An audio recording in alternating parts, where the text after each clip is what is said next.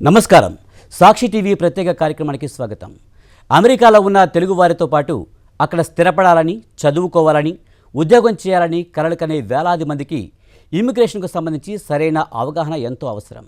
అలాంటి కీలకమైన అంశాలపై మన సందేహాలకు సమాధానాలు అందించేందుకు ఈరోజు మనతో ఉన్నారు ప్రముఖ ఇమిగ్రేషన్ అటార్నీ సాయి మిత్రారెడ్డి గారు. వారి వ్యక్తిగత జీవిత ప్రయాణం నుంచి అమెరికా ఇమిగ్రేషన్ చట్టాల వరకు అనేక ఆసక్తికరమైన విషయాలను తెలుసుకుందాం. మేడం నమస్తే. నమస్తే అండి. మేడం, ముందుగా మీ వ్యక్తిగత జీవిత ప్రయాణం గురించి తెలుసుకుందాం. మీ బాల్యం, అలాగే మీరు ఎక్కడ పెరిగారు, మీకు స్వీట్ మెమరీస్ ఏమున్నాయి? షూర్ అండి. సో నేను పుట్టింది ఇక్కడ ఇండియాలోనే, చెన్నైలో పుట్టాను. ఒక 4-5 years ఏజ్ అప్పుడు మా ఫ్యామిలీ అంతా యూఎస్కి ఇమిగ్రేట్ అయినారు.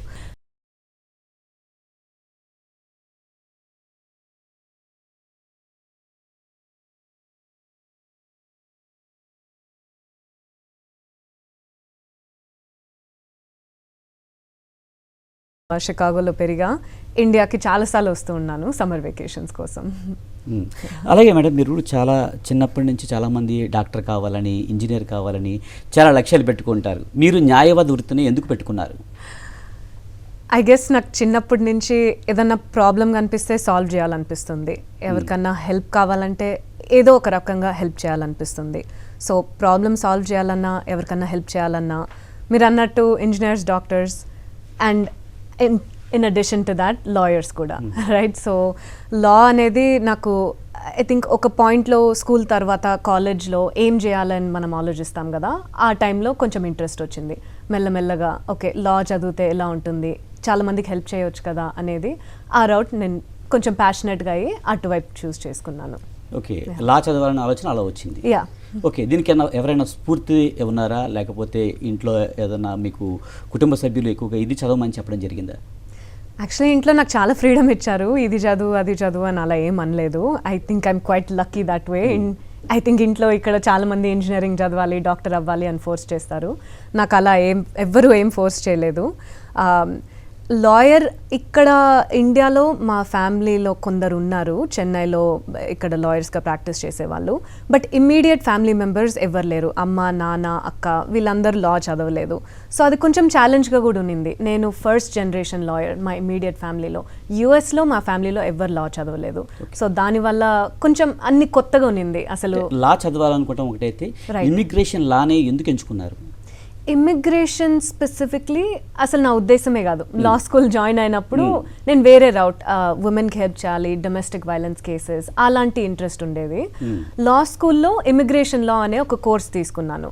అది తీసుకున్న తర్వాత నాకు అనిపించింది, నేను ఒక ఇమిగ్రెంట్, మా ఫ్యామిలీ ఇమిగ్రెంట్స్, యుఎస్లో మన ఇండియన్ ఇమిగ్రెంట్సే ఎంతో మంది ఉన్నారు, వాళ్ళకి హెల్ప్ చేయవచ్చు కదా అనేది అక్కడ స్టార్ట్ అయింది. మళ్ళీ అక్కడి నుంచి ఇంకా ఇమిగ్రేషన్ లా పర్సూ చేసా.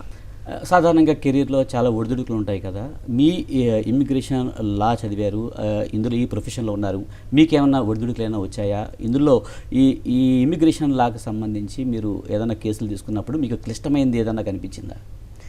ఇమిగ్రేషన్ లా స్పెసిఫిక్లీ చాలా డిఫికల్ట్. చాలా పాలసీస్ ఎప్పుడూ మారుతూ ఉంటుంది, మనం అప్డేట్ అవుతూ ఉండాలి, అండ్ చాలా హై స్టేక్స్ జాబ్.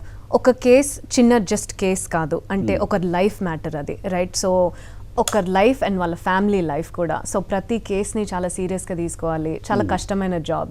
అండ్ నేను ఇందాక అన్నట్టు నా ఫ్యామిలీలో ఇమీడియట్ లాయర్స్ ఎవరు లేరు. సో ఫస్ట్ నుంచి అసలు లా స్కూల్ ఎంట్రన్స్ ఎగ్జామ్ అంటే ఏంటి, గ్రాడ్యుయేట్ అయిన తర్వాత బార్ ఎగ్జామ్ అంటే ఏంటి, అన్నీ కనుక్కొని ఒక్కొక్క స్టెప్గా వెళ్ళడం కష్టంగానే ఉన్నింది. But I'm here. ఓకే, అంటే లాయర్ కావాలని చాలా మంది కలలుగా అంటున్నారు కదా, వాళ్ళకి ప్రొఫెషన్లో ఎలా ఫ్యూచర్ ఉన్నదనేది? అవునవును, యా. సో ఐ గెస్ మీ ఫ్యామిలీలో ఎవరు లాయర్స్ లేరంటే ఇప్పుడు మీ నెట్వర్క్లో ఎవరన్నా చూడాలి, మీకు తెలిసిన లాయర్స్ ఎవరన్నా ఉన్నారా, గైడెన్స్ ఇవ్వగలుగుతారా అని. లేకపోతే మీరు ఆన్లైన్, ఇప్పుడు అన్ని ఇన్ఫర్మేషన్ ఆన్లైన్ ఉంటుంది, ఒక్కొక్క స్టెప్ బై స్టెప్ తెలుసుకోండి. నేను తెలుసుకున్నట్టు ఎస్పెషలీ ఉమెన్కి ఐ థింక్ లా అనేది still pretty male dominated field, especially ఇండియాలో. సో ఉమెన్గా మీరు లాయర్ అవ్వాలి అనుకుంటే డెఫినెట్లీ మీరు అవ్వగలుగుతారు.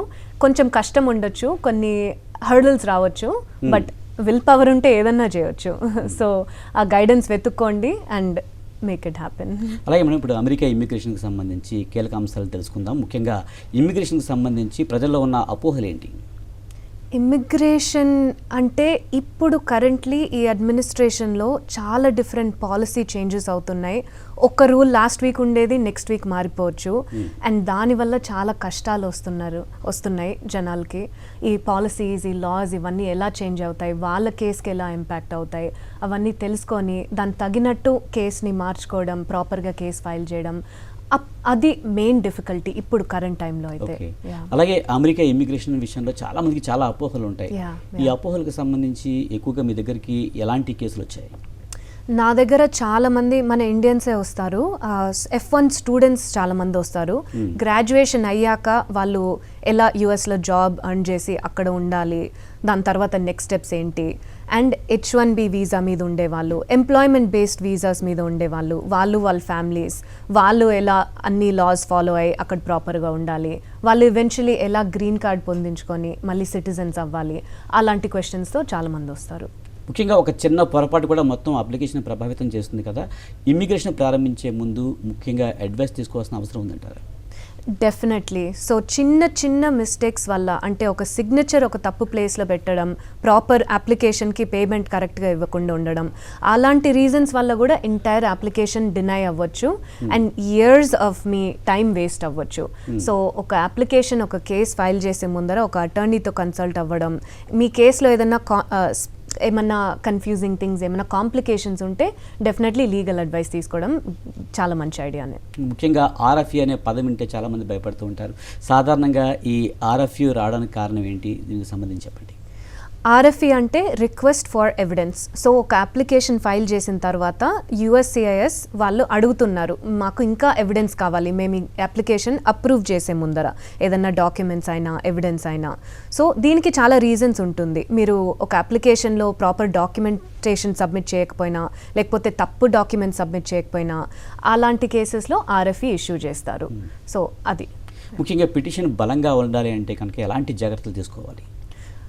మీరు మినిమం రిక్వైర్మెంట్స్, ఇప్పుడు పాస్పోర్ట్ కాపీ అలా ఒక రిక్వైర్మెంట్ ఉంటుంది, అదొక్కటే కాకుండా అంతకు మించి మీ కేస్ ఎలా స్ట్రాంగ్ చేయాలనేది, మీ కేస్ ఏ టైప్ ఆఫ్ కేస్ అని ఫస్ట్ చూడాలి. ఆ కేస్కి తగినట్టు సరే ఏ ఇష్యూస్ రావచ్చని ముందరే యాంటిసిపేట్ చేసి అవి ఇనిషియల్లీ అడ్రస్ చేస్తే దెన్ స్ట్రాంగర్ కేస్ ఫైల్ చేయొచ్చు. అలాగే ఇటీవల ఇమిగ్రేషన్ చట్టాల్లో కొన్ని మార్పులు చోటు చేసుకున్నాయి కదా. ముఖ్యంగా ప్రస్తుతం ఇమిగ్రెంట్ తప్పనిసరిగా తెలుసుకోవాల్సిన విషయాలు ఏంటి? చాలా విషయాలు ఉన్నాయండి.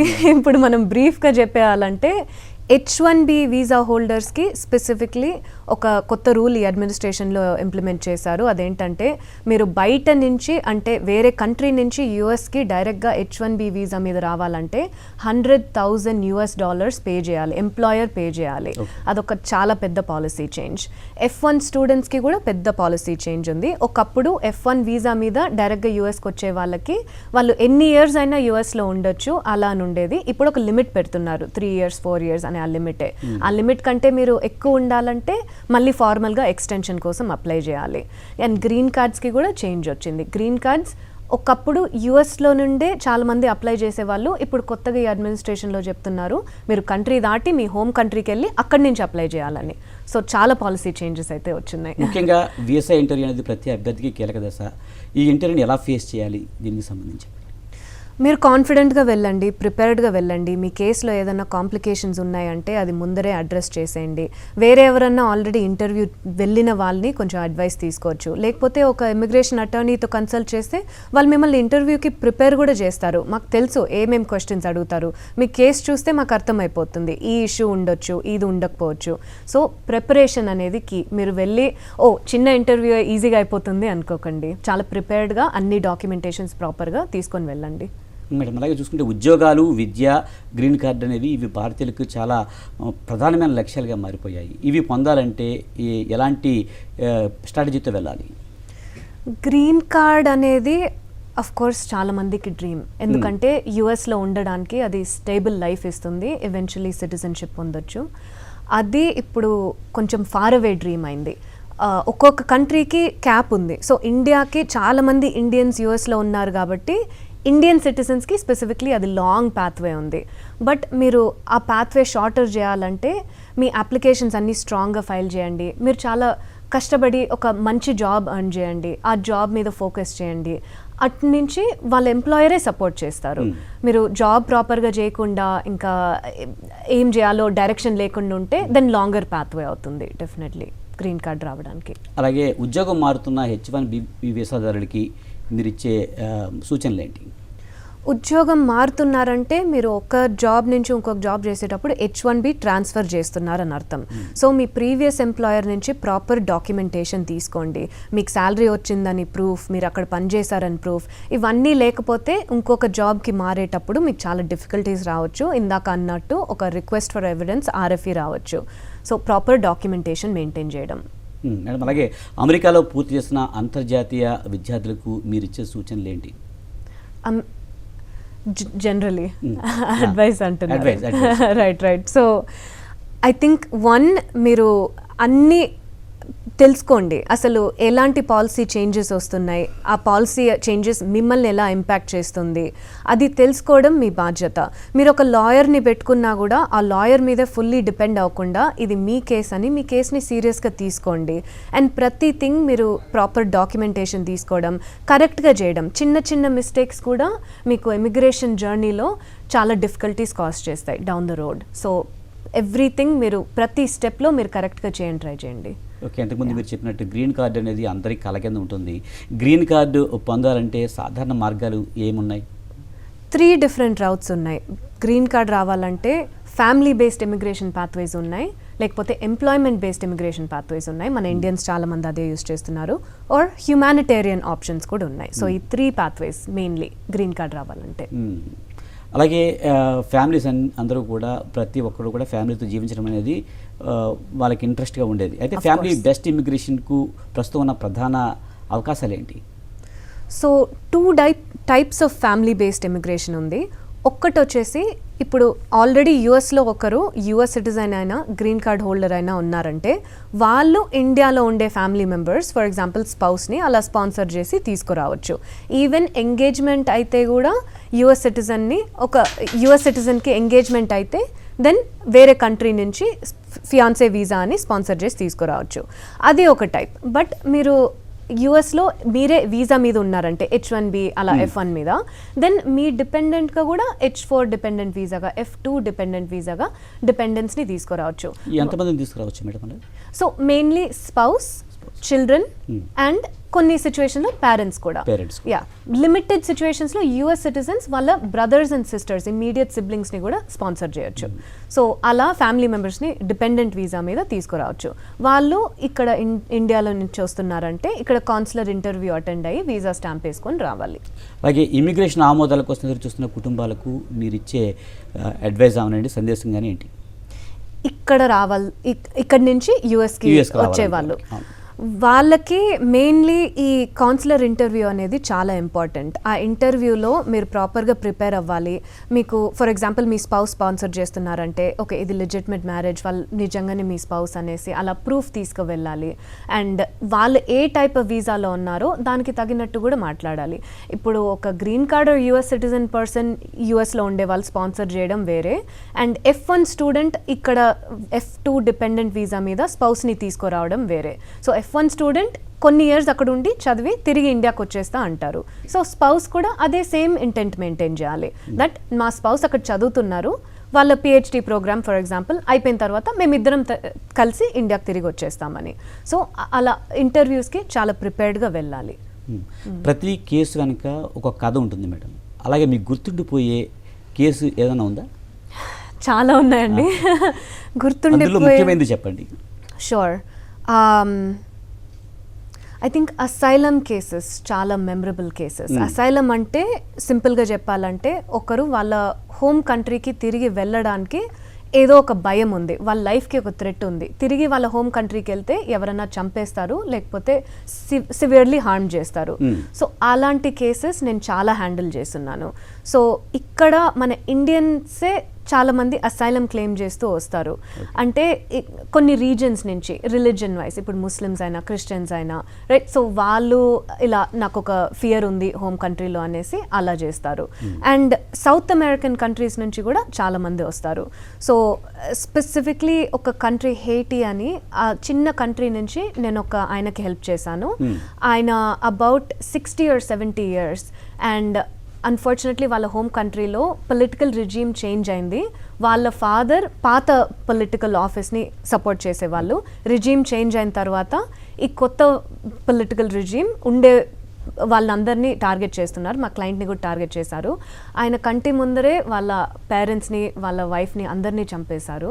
సో ఆయన పారిపోయి ఒక 1 month బోట్లో ఉండి కష్టపడి US బార్డర్ దాటి వచ్చి ఒక 3 years స్ట్రగుల్ అయినారు అసైలం కేసు విన్ అవ్వడానికి. సో ఆ కేసు విన్ అయినప్పుడు ఆయన ఫేస్లో ఉండే ఆనందం ఇంకా చెప్పనవసరం లేదు. ఆయనకు ఫైనల్లీ ఒక ఫ్రీ లైఫ్ దొరికినట్టు ఉంది. సో అలాంటి కేసెస్ నేను చాలా హ్యాండిల్ చేస్తున్నాను, అసైలం కేసెస్. ఓకే, కష్టమైన కేసులు హ్యాండిల్ చేశారు. సంతృప్తించిన కేసు ఏమైనా ఉందా?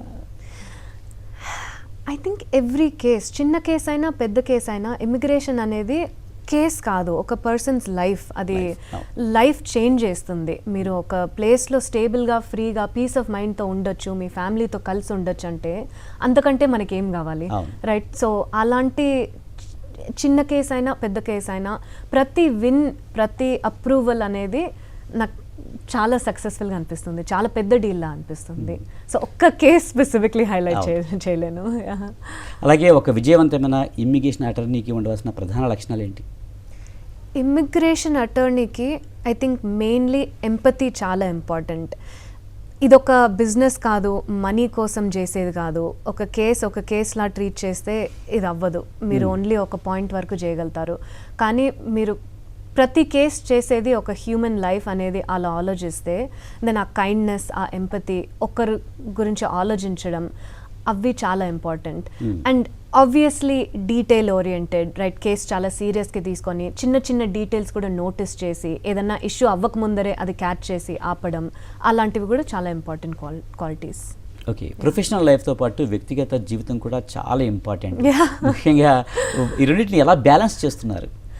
అంత బాగా బ్యాలెన్స్ చేయట్లేదు, బట్ చేయాలి డెఫినెట్లీ. ఐ థింక్ లా అనేది very demanding and exhausting job. So generally ఒక పాయింట్ వరకు వర్క్ చేయడం, ఒక సెట్ అవర్స్ పెట్టుకోవడం, వీకెండ్స్ ఫ్యామిలీతో టైం స్పెండ్ చేయాలని, మీ హెల్త్ చూసుకోవాలని, నేను రెగ్యులర్గా జిమ్కి వెళ్తా, అలా నా హెల్త్ గురించి నేను చాలా టేక్ కేర్ చేస్తా.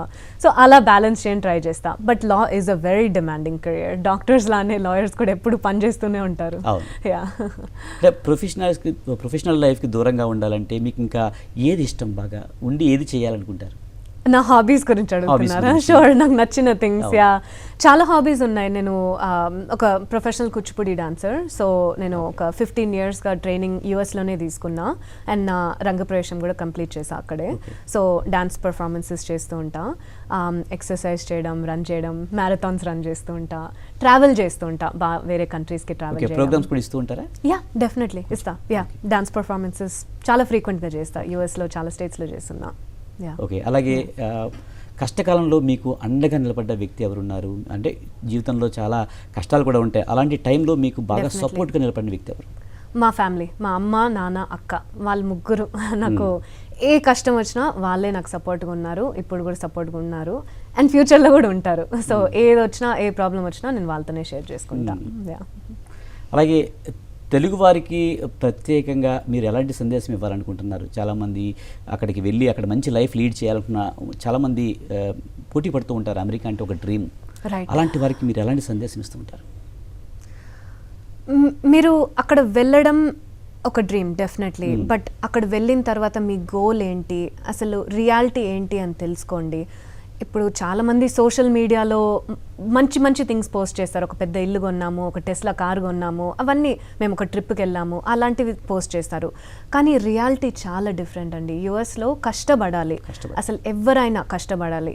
ఇక్కడ ఇండియాలో ఒక యాక్చువల్లీ క్వాలిటీ ఆఫ్ లైఫ్ కొంచెం బాగుంటుంది, హెల్ప్ ఉంటుంది, వంట చేసేదానికి డ్రైవర్స్ ఉంటారు. యూఎస్లో ప్రతి పని మనమే చేసుకోవాలి. సో మీరు సోషల్ మీడియాలో చూసేటట్టు, జస్ట్ జనరలీ వినేటట్టు అంత ఈజీ అయితే లైఫ్ కాదు. సో అక్కడ వచ్చి కష్టపడి కష్టపడడానికి రెడీ ఉండండి. జాబ్లో అయినా ఇంట్లో అయినా లైఫ్ ఎస్టాబ్లిష్ చేయాలన్నా ఓవర్ నైట్ జరగదు. కష్టపడితేనే అక్కడ ఒక హై పొజిషన్కి వెళ్ళగలుగుతారు. బట్ చాలామంది అందుకే వస్తారు. ఈ అమెరికన్ డ్రీమ్ అనేది కష్టపడితే you can make it to the top అనే ఒక నమ్మకం ఉంది. వేరే కంట్రీస్లో మీరు ఎంత కష్టపడినా ఒకే స్థాయిలో ఉంటారు, ఒకే ప్లేస్లో ఉంటారు అనేది అది కాదు. అక్కడ కష్టపడితే పైకి ఎదగలుగుతారు. సో కష్టపడాలి. సోషల్ మీడియా అంటే ఒకటి గుర్తుకొచ్చింది. ఇప్పుడు ఎవరైనా ఇక్కడి నుంచి అమెరికా వెళ్ళాలన్నా లేకపోతే వాళ్ళ ఫ్యామిలీస్ని తీసుకువెళ్ళాలన్నా సోషల్ మీడియా స్క్రీనింగ్ బాగా చేస్తున్నారు. ఇక్కడ సోషల్ మీడియాని బాగా అబ్జర్వ్ చేసి దాన్ని బట్టే పర్మిషన్ ఇస్తున్నారు అనే మాట విన్నాను. కరెక్టేనా? అది అబ్సల్యూట్లీ కరెక్ట్. ఈ అడ్మినిస్ట్రేషన్లో వచ్చిన ఒక కొత్త పాలసీ అది. సో మీరు వీసా ఇంటర్వ్యూకి వెళ్ళి స్టాంపింగ్ చేసుకున్నప్పుడు సోషల్ మీడియా స్క్రీనింగ్ అని ఒక సెపరేట్ ప్రొసీజర్ ఉంది. సో మీరు రివీల్ చేయాలి, మీకు ఫేస్బుక్ ఉందా, ఇన్స్టాగ్రామ్ ఉందా, అవన్నీ రివీల్ చేస్తే అన్నిట్లో చూస్తారు. మీరు ఏదన్నా అమెరికాకి అగెన్స్ట్గా పోస్ట్ చేస్తున్నారా, మీరు చాలా పొలిటికలీ ఇన్వాల్వ్డ్ ఉన్నారా, అలాంటివి చూస్తారు. మళ్ళీ మీ రెజ్యూమేలో ఏదన్నా ఉంటే మీ లింక్డ్ఇన్ ప్రొఫైల్ అలాంటివి కూడా చూసి కంపేర్ చేస్తున్నారు. ఓకే మీరు ఈ జాబ్ చేశారన్నారు కానీ మీరు ఎందుకు ఆన్లైన్ ఏం పోస్ట్ చేయలేదు అలా అని. సో అన్నీ చూస్తున్నారు. Social media screening is very crucial right now. అలాగే మేడం, అమెరికాలో ఉద్యోగ అవకాశాలను స్వీకరించే ముందు ప్రొఫెషనల్స్ తప్పనిసరిగా తెలుసుకోవాల్సిన విషయాలేంటి? మీరు అక్కడ జాబ్ కోసం యూఎస్కి వస్తున్నారంటే అన్ఫార్చునేట్లీ చాలామంది అక్కడ ఎంప్లాయర్ గురించి పెద్దగా డీటెయిల్స్ తెలుసుకోకుండా ఓకే వాళ్ళు స్పాన్సర్ చేస్తున్నారు అంతవరకు తెలుసుకుంటారు.